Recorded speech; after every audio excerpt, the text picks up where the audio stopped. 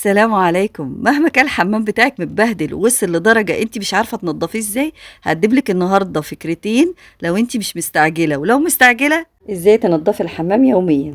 اول حاجة الجيركن ده تجهزي فيه صابون سائل وكلور الوان او كلور ابيض او خل، اي حاجة من التلاتة دول متوفر عندك تجهزيه. كمان الموب ديت اللي بتنضف الحوائط من فوق، غير كمان بخاخة هتسهل عليك التنظيف السريع. اكتر جزء مهم عندي في الحمام الجزء اللي انتوا شايفينه هنا، فابتديت اشيل الحاجات اللي موجودة في المكان ده عشان ننضف براحتنا. نزلتهم وطلعتهم بره الحمام وجبت طبق فيه شوية مية، وعندي كده جيركن بجهزه تملي في الحمام وانا سايباه على طول فيه صابون سايل. عايزه تضيفي عليه خل هيعمل ريحه حلوه جدا وهينضف معاكي. عايزه تضيفي كلور ابيض، كلور الوان، وكلور الالوان بيعمل رغوه كتيره جدا اكتر كمان من الكلور الابيض. واول حاجه في التنظيف ببتدي بيها الاماكن اللي هي صعب ان انا اوصل لها من غير ما اشيل اي حاجه موجوده فيها. فانا بفضي القارورات وفضيتها من الميه وطلعتها بره الحمام، وابتديت في التنظيف بقى العميق ان احنا ننظف بقوتنا طبعا، وبالذات الاماكن اللي احنا منعرفش نوصل لها الا لما نفضي المكان. اي حاجه متوفره عندك سواء كلور ابيض، كلور الوان، حبه خل ربع كوبايه على الصابون السائل، انت كده معاكي اكتر مكون هيساعد ان انت تنضفي وبسهولة. هيدي ريحة حلوة جدا وهيلمع معاكي السيراميك، وهينجز معاكي كمان في الاماكن اللي انت شفتوها. زي ما انتوا شايفين طبعا مكان القارورات بقى عامل ازاي، طبعا نضيف زي الفل. كمان السيراميك كان لسه عليه صابون، فانا بحط تاني على قطعة الموب اللي انتوا شايفينها ديت. لو ما عندكيش المساحة ديت او الموب ديت، هقولك على فكرة حلوة قوي سهل عليكي بمكونات بسيطة، يعني حاجة بسيطة موجودة في البيت عندنا.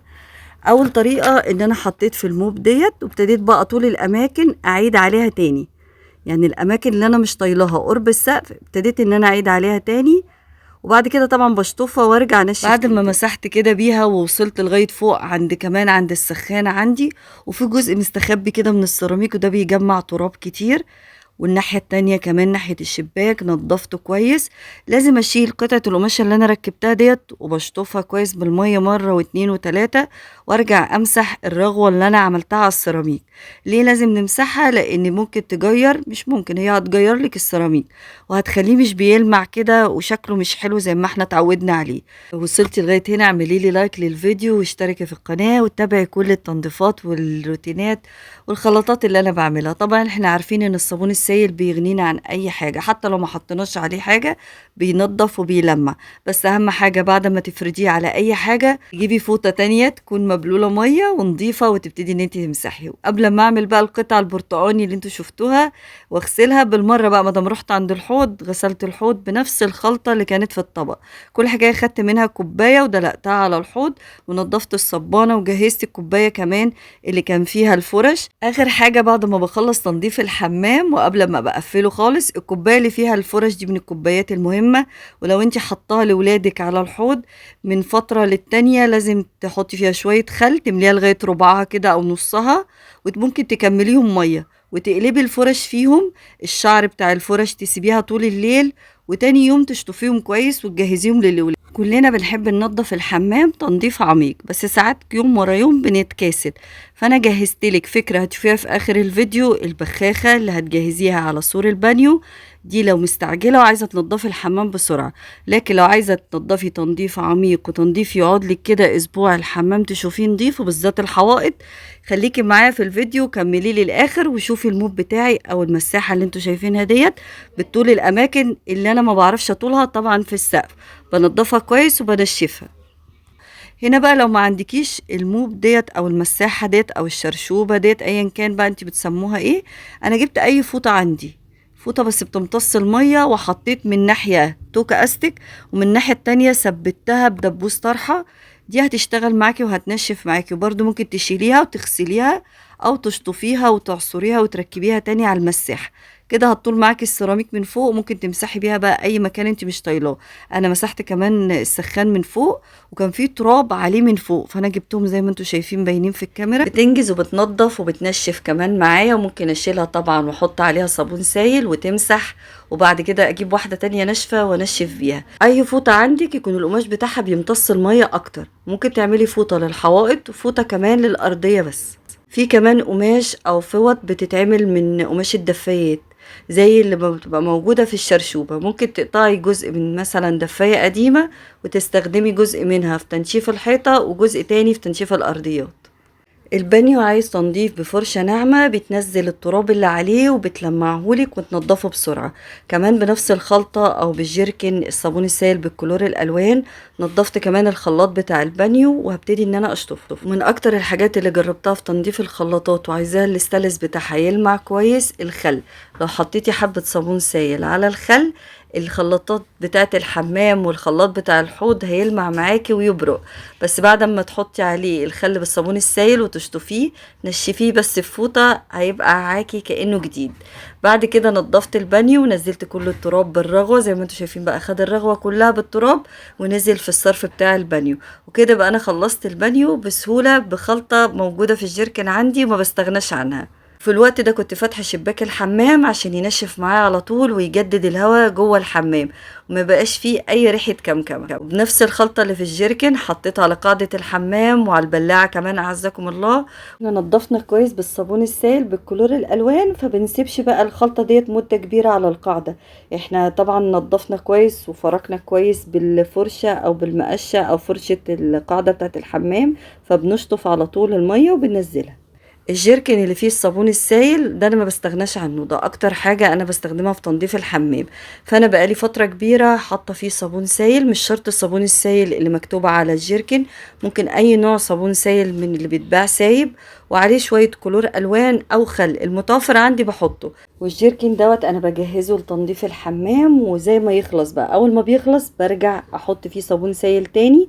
واذا كان عندي كلور الوان او خل او كلور ابيض بضيف طبعا حبة كمية، يعني ربع كوباية على كمية الصابون. في علبة فاضية بتاعت سكراب كانت فاضية فغسلتها وشلت الستيكر اللي عليها وحاطة فيها قمشات ومقص وحاطة فيها كمان قصافة. فانا شلت كل الحاجات دي حطيتهم في طبق بشوية كلور اللي موجود في الجيركن. كمان العليقة بتاعت الفوط ما ننساهاش، او الفواطة اللي موجودة عندك في الحمام ننضفها كويس وننشفها. هنا الحافظة بتاعت الغسالة انا حاطة عليها مفرش كده ووتر بروف، فانا هقلبه بعد ما غسلته طبعا ومسحته، وهنضفه برضو من اي تراب، لان الغسالة عندي او الحافظة تحت شباك، فالشباك بيحدف عليها تراب من فترة للتانية عايزة تتنضف. فبما ان احنا بننضف تنظيف عميق هننضف كل جزء موجود، هنشيله نحركه وننضف. فبالمرة كمان شلت الغسالة. الغسالة عندي محطوطة في الحمام فبيتجمع وراها زي ما انتوا شايفين المية بقى، اللي بيدخل ياخد دش، شوية صابون سايل، اي ترسبات بتجمع المنظر اللي انتوا شايفينه ورا ده. فحطيت شوية من الجيركن الصابون السايل اللي انا عاملاه وحط عليه كلور الوان، وساعات بحط صابون سايل وخل، يعني المتوفر عندي بستخدمه، او حتى صابون سايل بس. زي ما اتفقنا الصابون السايل ممكن ينضف اي حاجة في البيت. بعد كده حطيت بالفرشة بقى، اي فرشة اعزكم الله او مقشة تكون خشنة شوية، بس انا كنت عمالة ادور على الفرشة بتاعة تنظيف السجاد، بس انا عملته بالفرشة ديت او المقشة اللي كانت في ايدي، لان هي اللي ابتديت بيها التنظيف من الاول للاخر. وطبعا اي حاجة بنستخدمها في تنظيف الحمام بعد كده لازم نغسلها في الحوض بشوية مية بكلور او حبة صابون سايل بكلور، يعني لازم نغسلها كويس ونعقمها ونقلبها. انا بقلبها في البانيو وبحطها العكس، عكس ما انا بستخدمها كده. دي تاني مرة حطيت من الجيركن تاني صابون سايل وعليه كلور الوان، وكان متضاف عليه شوية كلور ابيض.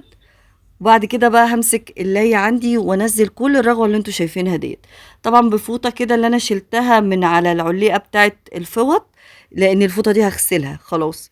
فنضفت كمان الغسالة من التراب المتراكم ورا. اجيب شرشوبة تانية هنشف بقى المكان ده بعد ما نزلت المية دي كلها. طبعا الخراطيم والفيشة والسلك نخلي بالنا بقى واحنا بننضف، لان انا عندي السلك كمان بتاع الغسالة متوصل بفيشة فوقيه. بعد كده هجيب الشرشوبة وانشف المكان وارجع الغسالة تاني مكانها. اهم حاجة ننشف المكان من فترة للتانية، لان ده اكتر مكان يتجمع فيه ترسبات كتيرة جدا. زي ما انتوا شايفين كان مجمع حاجات كتيرة، طبعا عشان انا حاطة قاعدة للغسالة اصلا، فمش عارفة ادخل اي مقشة او مساحة تحتيها، لان القاعدة اللي تحت قريبة قوي للسيراميك. المرة بقى نشفت كمان بنفس الفوطة اللي كانت معايا، نشفت الحافظة لان طبعا في مية جت عليها، وكمان البادي نفسه بتاع الغسالة نشفته برضو عشان ما يعملش اي برومة. عندي قاعدة للغسالة لكن القاعدة مش بعجل، ومسافة قريبة قوي، ما اقدرش احط من تحتيها المقشة او المساحة اسحب اللي انتوا شفتوه تحتيها ده، لازم احرك الغسالة كامل عشان اعرف انضف من وراها.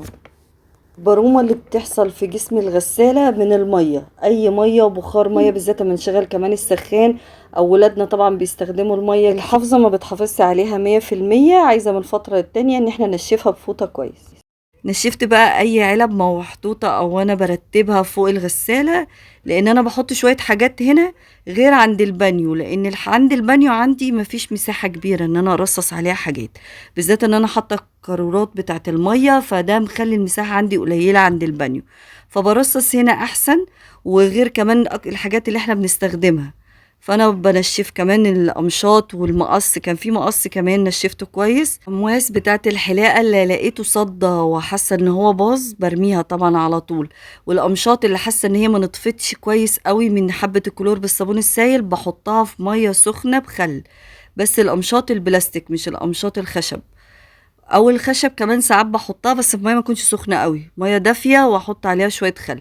البخاخه اللي انتوا شفتوها في ايدي اللي هي السودا، هي دي اللي بحط منها من الجيركن شويه صابون سائل على خل، او الجيركن اللي انتوا شايفينه ده اللي انا استخدمته في اول الفيديو، ودوت اللي بنضف بيه الحمام كامل، وده يعتبر هو الحاجه الاساسيه اللي انا حطاها في البانيو او على حرف البانيو، وبنضف بيها الحمام على طول. حاطه فيه صابون سائل كلور الوان، ممكن تحطي صابون سائل وخل، ممكن تحطي صابون سائل وكلور ابيض، المتوفر عندك.